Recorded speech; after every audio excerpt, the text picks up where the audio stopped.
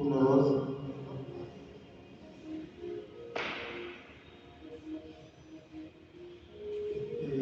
Adelante, jóvenes, adelante, ya vamos a empezar. Gracias por acompañarnos.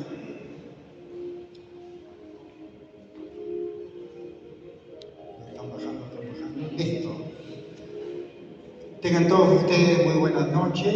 En nombre del director nacional, señor Boris Espesúa Salmón, nuevo director de esta biblioteca y de este anexo llamado Gran Biblioteca Pública de Lima desde hace algunos años, ¿no? Sean bienvenidos. Esta es una actividad de la Sala de Arte y Literatura de esta biblioteca, ¿no? Quien les habla, Pedro Perales, es el encargado, y periódicamente realizamos presentaciones de libros, ¿no? Con autores nacionales.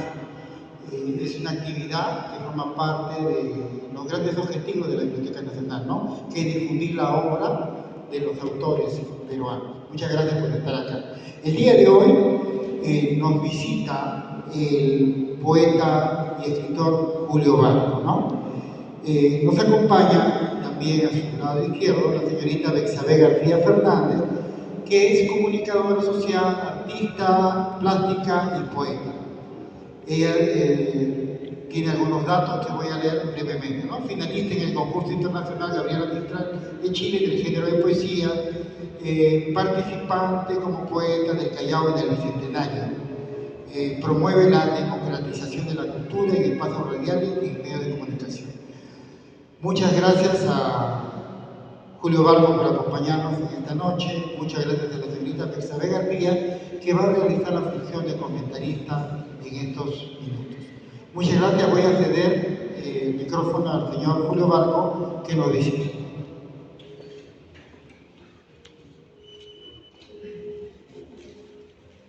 ¿Cómo están todos? Buenas noches. Me presento, soy Julio Barco y hoy día vamos a hablar sobre este libro que es una obra de alguna forma inesperada, porque no es una obra que yo escribí, digamos, sino que otro autor, un tercero, que es Nicolás López Pérez, armó en base a mis entrevistas, ensayos, a mi propia faceta como articulista también. Y bueno, él lo organizó en 7 partes que se llaman 7 arengas.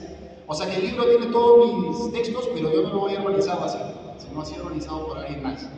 Y a mí me sorprende porque el trabajo que ustedes van a encontrar acá es un trabajo de mucha calidad. El autor es un joven poeta chileno que actualmente vive en Italia. Él además es abogado y se ha preocupado por mi poesía, cosa que yo celebro y me sorprende por su rigor, su capacidad, ¿no? de tomarse en serio la literatura, ¿no? Y bueno, ya hablaré más del libro. Quiero presentar a Betsy García, que me acompaña en la mesa y que ella va a exponer algunas impresiones sobre la obra. Luego también tenemos al comentarista, al autor del libro, que está en cámara web, y luego ya te voy a dar unas palabras. Hola. Sí, se escucha, ¿no? Bueno, ante todo, buenas noches con todos. Mi nombre es Betsy García. Les hablaré un poco acerca de mis actividades y estoy súper contenta y agradecida por la oportunidad de estar aquí. Es todo un reto el trabajar haciendo literatura, trabajando, difundiendo la lectura, los libros, el amor por el libro. Y bueno, aquí a mi lado tengo no solamente a un gran escritor y poeta, sino también a un guerrero de la palabra, como ahora te bautizo, de manera literal, porque el trabajo que hace Julio por querer difundir el arte de la palabra es sorprendente y admirable. No todos a veces tenemos la valentía ni el tiempo de poder sentarnos aquí a retar la cara dura que a veces tiene el mismo país y la gente, para muchas veces no darnos las oportunidades que buscamos los escritores. Y de antemano agradezco a los representantes de la Biblioteca Nacional y todas las gestiones que ha venido haciendo Julio para poder estar hoy aquí. Esto es una muestra de su trabajo y el libro también es una muestra de su propia voz, de su esencia. Así que tengo algunas también palabras que poder leer, Julio, porque la inspiración es algo que viene, me pasa y la necesito plasmar para poder leerla. Yo siempre soy de conversar, de hablar, porque es parte de mi profesión, soy comunicadora, pero en esta oportunidad decidí anotar algunas cosas que sentí cuando terminé de leer tu libro. Así que no sé si lo comento ahora. ¿Sí? ¿Te gusta? Bueno, El libro de 7 arenas populares, para mí, quiero comentarles que sin duda me deja la sensación del movimiento ondulante de la voz de Julio, la veracidad y autenticidad de sus ideas, sus ideales y sus valores claros, que motivan al lector no solo a cuestionarse o a ver los contrastes de la realidad actual que atravesamos en cuanto a la crisis de la cultura, el arte y otros géneros que en esencia deben ser pilares, como la educación en el Perú. No solo porque aviva el espíritu, sino que unifica, aclara, fortalece y construye la sociedad que todos debemos tener y merecer, más equilibrada y justa, con iguales derechos y oportunidades para todos. Es notable y admirable cómo Julio Barco, a través del lenguaje, se hace el puente, se hace la voz, el alma de miles de voces que muchas veces no encontramos, y también se hace el espejo que necesitamos a través de un lenguaje puro que tiene el calor del pueblo, el abrigo del humilde, del trabajador de mil oficios, del niño que sueña con un país con oportunidades, de un artista que aspira a encontrar los mismos colores de su Perú con el que todos soñamos. Esos colores que pintan de amor, de fe, de esperanza, el camino que muchas veces los valientes de la palabra como Julio Barco y del arte y de la cultura buscan hacer en esta tierra áspera una tierra más fértil. 7 arengas populares, inspirado y escrito por Julio Barco, me hace sentir ese ánimo inagotable, ese vencer el cansancio, el pesimismo, el accionar, moverse, actuar con ímpetu, con energía, por algo que vale más que el oro y la plata, que vale más que los reconocimientos y las ovaciones, donde el premio es perdurar en el tiempo e inspirar al cambio, a despertar a la gente, a avivar como lo hacen las arengas, para que las personas comiencen a ser conectoras de lo que necesitamos hacer con el ladrillo de la palabra. El premio para Julio y para todos los que escribimos y estamos en este rubro es ser uno, es ser esencia. El premio es hacer el camino con los pies blancos. La poesía no corrompe, la literatura no cierra las puertas. El arte es un abrazo extendido e infinito que une, que nutre, que aviva, que eleva, que necesitamos en estos tiempos de emergencia mental, donde el hombre se vuelve a veces primitivo, donde persigue lo que siente sin reflexionar si lo lleva a la vida o a la armonía, si está dejando la semilla en la niñez que no debe estar pidiendo limosnas en la calle, como lo expresa Julio en su libro. Este libro debe dejarnos ese sentido de cuestionar y de pararse y hacer y seguir haciendo. Para muestra tenemos a Julio Barco y a muchos luchadores de la palabra. Yo lo llamo así, y lo llamo guerrero. El poder que tienen las palabras construyen y también destruyen mundos desde adentro. Julio domina ese poder, equilibra ese poder de su fuego, que es cálido y que aviva.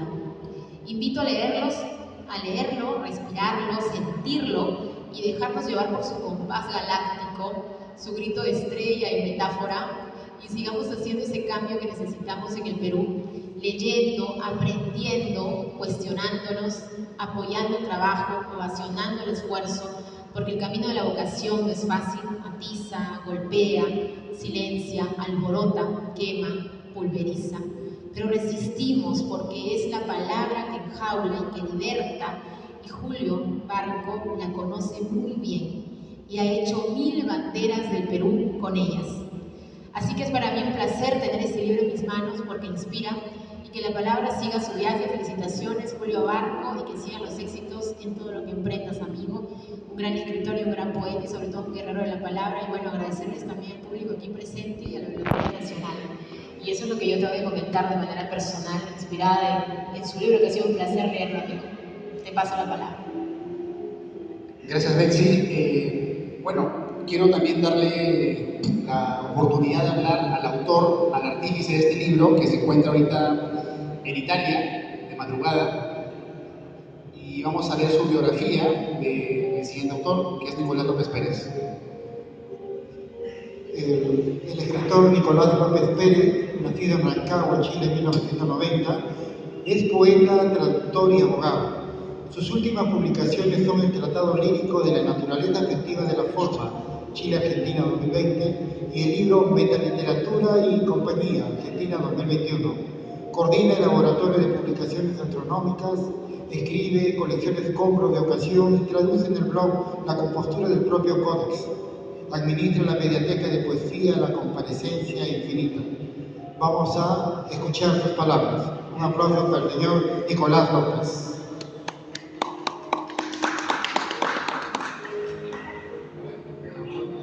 Bueno, buenas tardes a todas y todos. La verdad es que yo pensaba que por la pandemia se nos había acabado esto de estar viéndonos a distancia, pero bueno, son circunstancias excepcionales y estoy muy contento de participar en este lanzamiento de Siete Letras Populares, un libro que es de julio al final del día, pese a que estaba ahí oyendo los mandos técnicos. Y bueno, me gustaría agradecer a todo el personal de la biblioteca, los funcionarios, dirigentes y a todos y todos los asistentes. De verdad, no los veo, pero de verdad un placer ver que hay gente que está apoyando la cultura, que está detrás de esta clase de actividades y también asistiendo. Pero me encantaría acompañarlos con un buen emoliente, una mazamorra caliente, mucho, cosas buenas de la gastronomía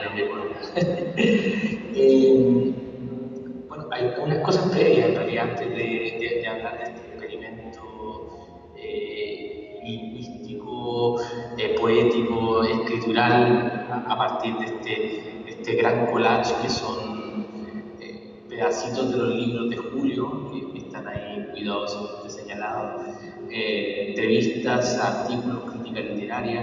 En realidad son todas palabras de Julio. El ensamblaje estuvo a cargo, digamos, de ir buscando temas, ir buscando nuevos alcances a mensajes que a veces en los textos no tienen la resonancia que podrían tener saliendo de ellos mismos. Hay un par de cosas que a mí me movieron a hacer este trabajo. Yo antes había hecho en Perú, que es una especie de panorama de 10 años de trayectoria literaria de Julio. Yo lo pensé, empezamos, un sueño loco que al final completamos en el marco de su viaje al Festival de Finales en Alemania. Y digamos, salió un poco porque yo, personalmente, dentro de mi locura, yo creo que Julio tiene la vocación de un intelectual.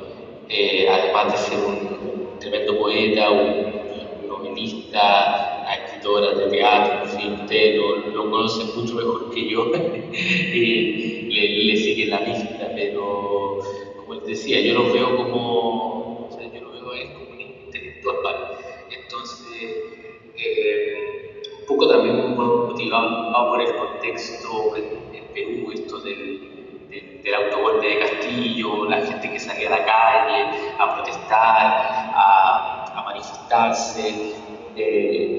A mí me da la impresión que esa clase de respuesta ciudadana frente a los abusos, a las incorrecciones del poder político, tienen asidero en la cultura, en la poesía, en la literatura, y de ahí salen cosas lindas, o sea, bajo amenaza y obras maravillosas que se han escrito, asociaciones culturales, grupos literarios, artísticos.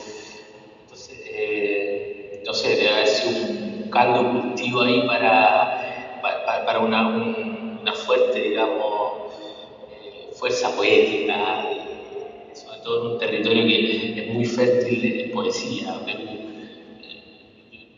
Yo no sé, creo que entre todos podríamos hacer una lista y tendríamos por lo menos 100 poetas en un ratito, ya, y poetas buenos. Entonces, decía, esta clase de manifestaciones permite que la gente saque cosas que lleva dentro. Entonces pensaba y decía, este es un contexto propicio para hacer, digamos, molotov intelectuales, ir con ideas en realidad, más que con consignas. Yo creo que en este caso especie de manifestaciones ciudadanas, es muy fácil perderse entre las cocinas, entre las cuestiones que uno le da hacia adelante y no piensa mucho. Yo creo que más que espacios donde nos permite actuar, manifestarnos también son de reflexión. Entonces, la mayor parte de las, ¿cómo le llamamos? Aforismos, extractos que están presentes en las arengas, tienen, creo yo, esa función, o sea, son ideas, son molotov intelectuales, arengas, como se dice ahí en la portada del libro. Que la arenga, bueno, tiene una raíz en el occitano, en la lengua provenzal, y que tiene que ver con enardecer el ánimo de los oyentes. ¿Sí? Pablo de Roca lo utilizó mucho para difundir ideas políticas a partir también de mensajes estéticos. Bueno, esto también tiene mucho que ver con la propuesta poética de Julio. No nos olvidemos que Arder es uno de los títulos de probablemente uno de sus mejores libros. Y bueno, hoy Julio es el hombre, pero yo no puedo dejar de mencionar algunas cosas que me han circundado en la cabeza estos días. Por ejemplo, Roberto Bolaño, con quien Julio tiene un vínculo muy especial. De hecho, en su libro Me da pena que la gente crezca, hay un epígrafe ahí de este escritor chileno. Y bueno, ¿por qué saco a Bolaño aquí a colación? Un poco para hablar de la precariedad en la que surge ciertas poéticas. De hecho, hay un texto de él que dice: en esta ciudad donde eres pobre y desconocido. Entonces, en el fondo uno las tiene todas en contra, pero sin embargo está ahí con la vitalidad para crear poesía. En este Bolaño poeta surgen, digamos, ciertos mensajes que amplifican los márgenes de la imaginación que él explota tanto en sus novelas.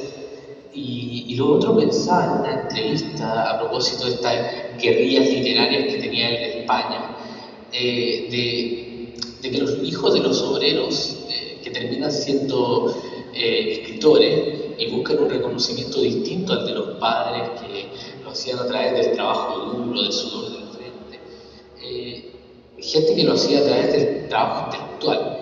Entonces es interesante cuando vemos personas que vienen de familias humildes, familias de esfuerzo, que se inclinan al trabajo intelectual por más precario que puedan ser. Vemos, no sé, lo verán ustedes ahí en Siete Arengas, que hay una idea recurrente de parte de Julio que en Perú es difícil ser poeta, dedicarse a la literatura. Es difícil sin tener otro trabajo.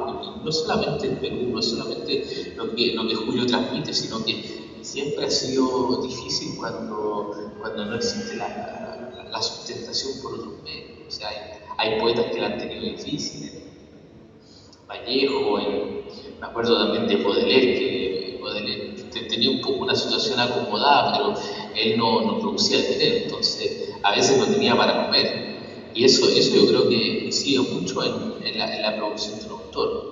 Creo que eso también lo conecta en cierta medida con la realidad que está viviendo.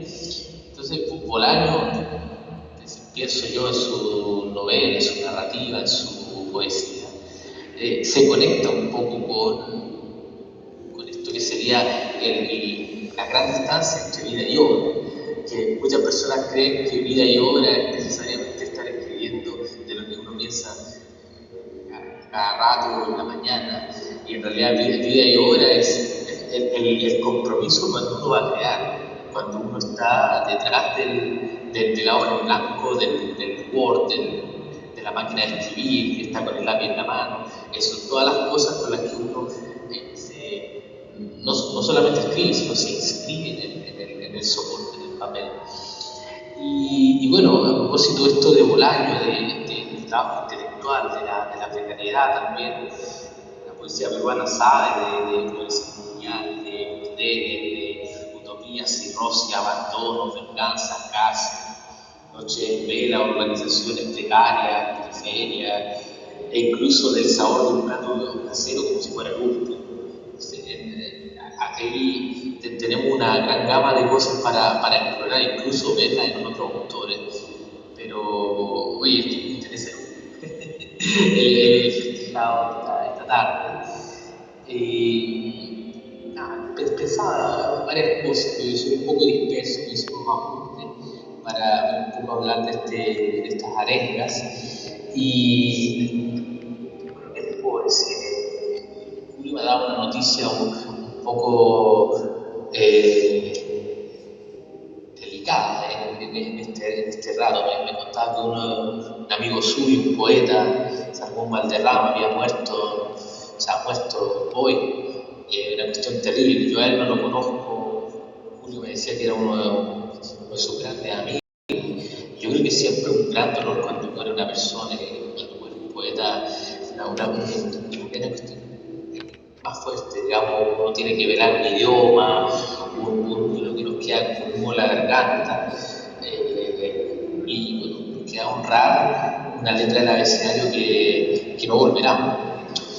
Creo que, o sea, hace poco también me asaltaba la muerte de una poeta amiga, una poeta chilena que se llama Marco Urriola, y una cuestión ahí terrible cuando muere un poeta, un compañero del oficio, no menor, si fuera cualquier otra persona, pero una cuestión como vaya, wow, la muerte que acecha a los poetas, que también a veces escriben sobre ella, que intentan salvarse, es una cuestión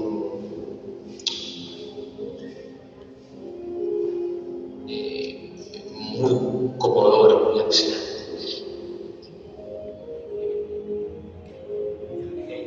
¿Me escuchan? Bueno, Estimado Nicolás, ¿me escuchan? no sé qué pasó, no me escucha bien, pero bueno, Estimado Nicolás, Nicolás, vamos en materia al libro. dejar bien los tiempos.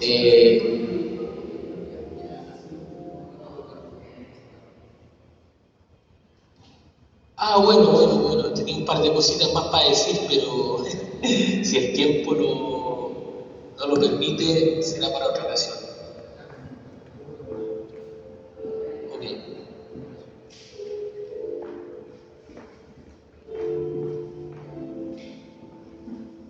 Agradecemos al señor Nicolás López, quien ha intervenido, de Salerno, Italia, lo que se puede ahora, ¿no?, por la comunicación. Ha comentado el libro que nos reúne el día de hoy. Bueno, voy a ceder la palabra al poeta Julio César Barco Ábalos para que nos hable de su trabajo. Y adelante, un fuerte aplauso para él. Hola. ¿Me escuchan así? Si ahora sí me escuchan mejor que con micrófono, creo, ¿o no? Bueno, básicamente quiero agradecer nuevamente el espacio de la Biblioteca Nacional, la Gran Biblioteca Pública de Lima, y también a mis compañeros Alexis García, que han dicho sobre la voluntad que hay para hacer poesía en el Perú, ¿no? Hay que ser muy voluntarioso, hay que tener mucha fe, porque es un arte que es complicado a veces, en una sociedad precaria, que no busca que la gente no se dedique a cultivar la mente, sino de pronto a sobrevivir, ¿no? O a vivir o a sobrevivir. Y bueno, mi amigo Nicolás López desde Italia también ha dado algunas ideas de cómo es el libro, ¿no? Cuando ustedes vean el libro 7 arengas populares, van a ver que es una especie de aforismo, ¿no? El aforismo es una narración breve, ¿no? Es una narración breve que busca de alguna forma guardar ideas, pensamientos, ¿no? Entonces acá van a encontrar varios pensamientos que este autor, Nicolás López Pérez, ha encontrado en mis propias entrevistas que me hacen o lo que yo escribo, ¿no? Y los ha recopilado en 7 puntos que vendrían a ser arengas sobre el Perú, arengas sobre la poesía, arengas sobre la educación, arengas sobre la literatura, arengas sobre el arte, arengas sobre la realidad, arengas sobre el futuro. Y bueno, es un título que nos recuerda también a Mariátegui, ¿no? A José Carlos Mariátegui, con su libro 7 ensayos de interpretación de la realidad peruana. Entonces, es una especie de guiño, es una especie de diálogo con el gran Mariátegui. Y lo que buscamos acá es dar a conocer mis ideas sobre lo que es lo que les he dicho, ¿no? El Perú, la cultura, la educación, etc. Y los que lean este libro van a poder reflexionar, porque además yo vengo ya hace más de 5 o 6 años cultivando los viajes. Viajo mucho por todo el Perú, no solamente me quedo en Lima, recorro norte, sur. Y eso a mí como escritor me sirve para conocer más este país complejo, diverso, este país tan plural que tenemos, y de esa manera también organizar, de armar algunas ideas, de armar algunas reflexiones. Obviamente que el trabajo ha sido para mí una sorpresa, porque es muy poco común que alguien se dedique a hacer algo sobre otro autor, ¿no? Espera que uno muera para que recién lo reconozcan a veces, ¿no? Y a mí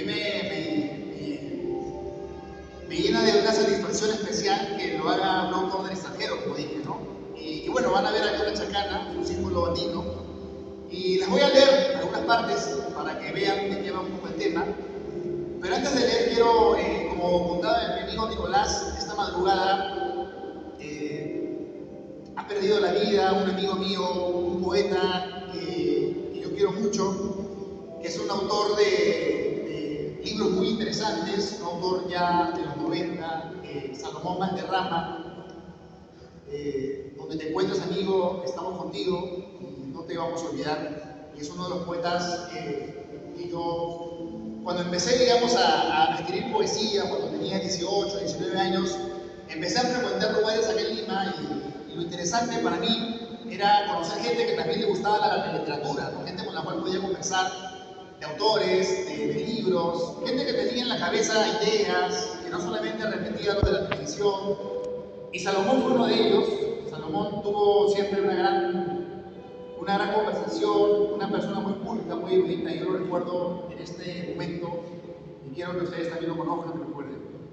Y bueno, les voy a compartir ahora sí algo de este libro, y bueno, invitarles a que sigan leyendo, a que sigan escribiendo. Creo que es una forma de motivar el pensamiento crítico del país, ¿no? Somos un país que no produce mucha inteligencia, y creo que la literatura, el arte en general nos está invitando a pensar más. Y bueno, a ver, voy a leerles algo de lo que hay acá. Dice: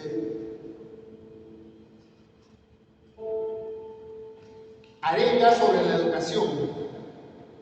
Me gustaría celebrar cuando las bibliotecas sean prioridad en cada rincón del Perú, cuando exista una nutrida y autosostenible industria del libro trabajando en colegios, universidades y municipios, cuando el escritor peruano viva dignamente, cuando una ley justa se estipule desde el Estado y favorezca la creación literaria del país.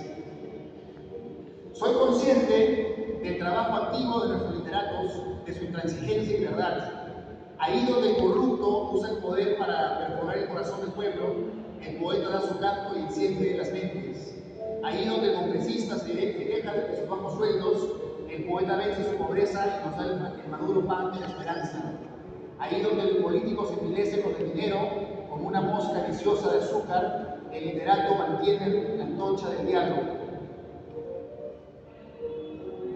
Nuestra época vive una ilustración para todos los que acceden al abanico inmenso, vastísimo, inmenso de posibilidades que permite el acceso a la Nueva Alejandría, cerrada y cuadriculada como un círculo. Este espacio es un nuevo sistema de intercambio cultural. Acá me refiero al Internet, ¿no? Cómo el Internet nos abre todas esas puertas de la Nueva Alejandría. Luego, por ejemplo, en arenga sobre la literatura, por ejemplo, por acá digo: la poesía peruana se construyó como canto coral. Vino del norte con Vallejo y del sur con Valdelomar. Vino del Ande con Arguedas y Churanda, y fue hecha con la sangre de la costa de Varela, Martín Nadal o Verástegui. Y vino cantando desde la selva con César Calvo o Izquierdo Ríos. La literatura y la poesía nos ponen al límite de nosotros mismos, pero su labor, el deseo que mueve su trabajo, las ambiciones que sostienen